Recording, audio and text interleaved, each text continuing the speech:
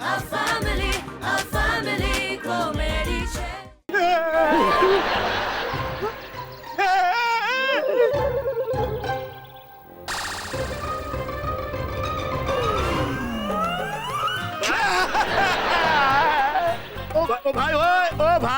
ઓ ભાઈ આને આપણી વાતો બહુ સિરિયસલી લઈ લીધી લાગે છે. જો ભાઈ અમે તો આમ જ અંગત વાતો કરતા હતા, એકદમ પર્સનલ. તારે પર્સનલી લેવાની જરૂર નથી ભાઈ. ના ના કાકા, તમને બંનેને જોઈને મને રાજ કપૂર અને નરગિસની યાદ આવી ગઈ. ઓહ, રાજ કપૂર અને નરગિસ, ભગવાન એમની આત્માને શાંતિ આપે ઓ લોર્ડ. એક મિનિટ, અમને બંનેને જોઈને તને રાજ કપૂર અને નરગિસની યાદ આવી ગઈ? પણ તું તો અમારા કરતા કેટલો નાનો છે. Thank you. એ કાકા, હું નાનો જ છું, એટલે મને છે ને તમને બંનેને જોઈને શાહરુખ અને કાજોલની યાદ આવી ગઈ. ભગવાન એમની આત્માને શાંતિ આપે. કાકા, એ બંને હજી જીવે છે. હા બેટા, પણ રોમાન્સ કરવા વાળા પોતાના પ્રિય પાત્ર પર રોજ મરતા હોય છે. આમ પણ એ રોમેન્ટિક મૂડમાં ભાગ્યે જ આવે છે. આજે આવ્યા છે એ જ ઘણું છે. એ વિદ્યાર્થી, એવું નહીં બોલ. હા, અરે તારા માટે તો બંદો હંમેશા હાજર છે. બોલ, તારી શું ઈચ્છા છે? એમ હા, તો ચાલો પછી પેરિસ જઈએ.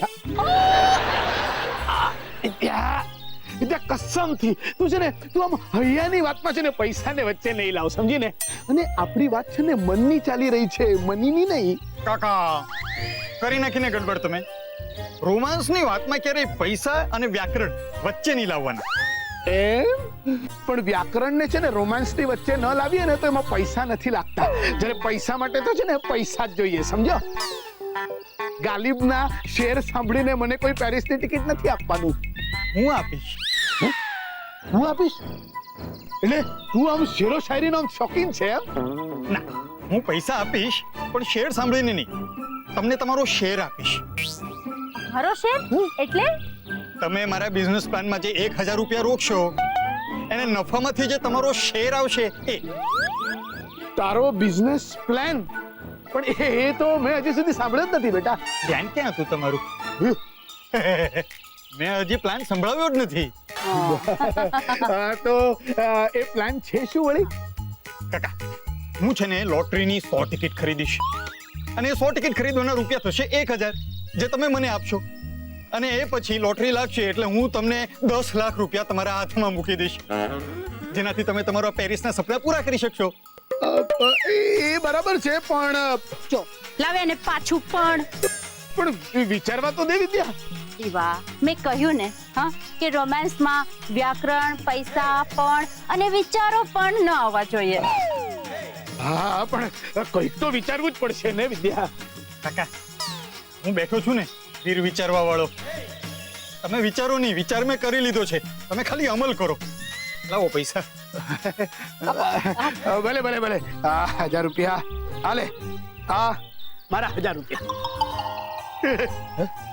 કાકા, તમારી જાડીને કોઈની નજર ન લાગે, એ તમારી જોડીને કોઈની નજર ન લાગે.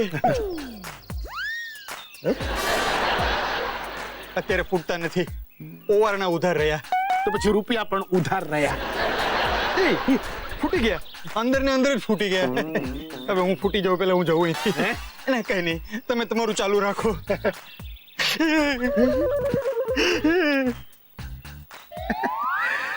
બોલ વિદ્યા, બોલ. પેરિસ ઉતરીને સૌથી પહેલા તારે ક્યાં જવું છે? દૂર. પેરિસ થી દૂર? આને દૂર રાખો. ઓકે, બોલ. પેરિસ ઉતરીને ક્યાં જશું? હુલાલુલુ. ના, હુલાલુલુ તમ ખરાબ જગ્યા છે. નામ જ કેટલું ખરાબ છે, હુલાલુલુ. આપણે કામ કરીએ, આપણે પેરિસ ઉતરીશું ને એટલે સૌથી પહેલા આપણે કાઠમાંડુ જઈશું. ના દીવા, મને શું લાગે છે કે સૌથી પહેલા આપણે પેરિસ જઈને શંઘાઈ જઈએ તો? શંઘાઈ nice place, but best place નથી. આપણે એક કામ કરીએ ને, આપણે પેરિસના બસ સ્ટોપ પર જેવા ઉતરીશું, આપણે એક રિક્ષા પકડી લઈશું, એને કહીશું ભાઈ સારી જગ્યા બતાડ. બ્રિલિયન્ટ. વાહ દીવા, ક્યા બાત છે. તો ફોન છે ને લોહી પી કરતો. લાવ. હેલો. ઓહ, લે તારો ફોન પણ ચાલુ છે. હા બોલો ભાઈ.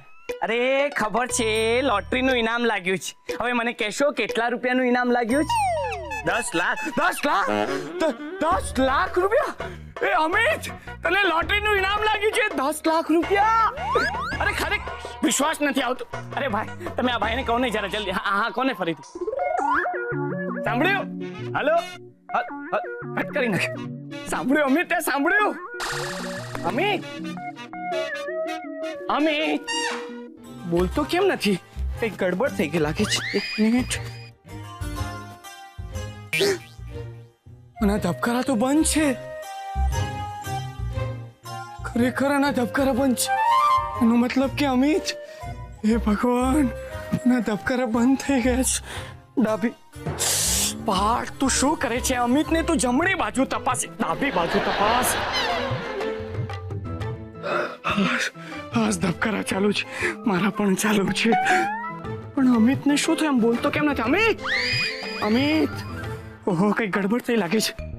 પપ્પા, મમ્મી, ચારો દિશા, જલ્દી બહાર આવો. આ જો અમિતને શું થઈ ગયું છે? એટલે એ વાત હું કહીને રડ્યું ના ખસતું. પપ્પાજી, ખબર નથી, અમિતને અચાનક જ આમ આઘાત લાગ્યો છે.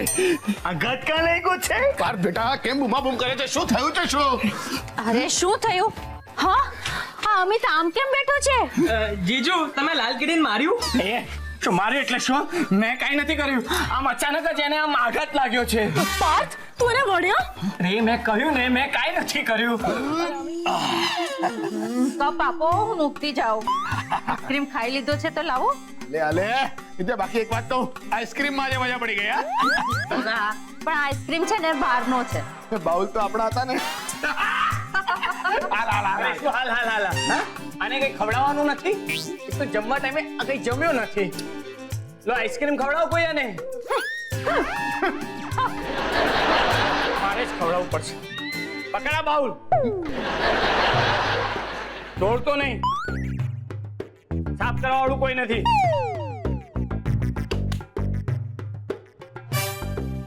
મોઢું ખોલ.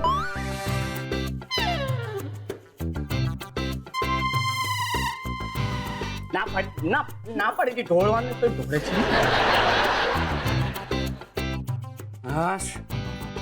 હું પોતપોતાનું વિચારે છે.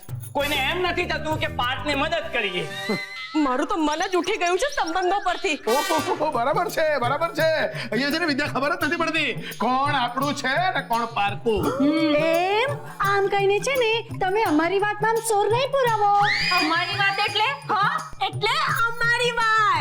ઓહો, હવે ચારુ દિશાની વાત એક થઈ ગઈ. કળિયુગ. ના પપ્પા, કળિયુગ નહીં, ઘોર કળિયુગ. અહીંયા એક માણસ આમ પથ્થર બની ગયો છે, એની કોઈને કઈ પડી નથી, પણ તમે બધા એકબીજા ઉપર પથ્થર ઉછાળો છો. એટલે જ કહું છું પાર્થ કે છે ને પથ્થરને સંભાળજે. એટલે આ અમિતને સંભાળજે. એ તો હું કરી રહ્યો છું.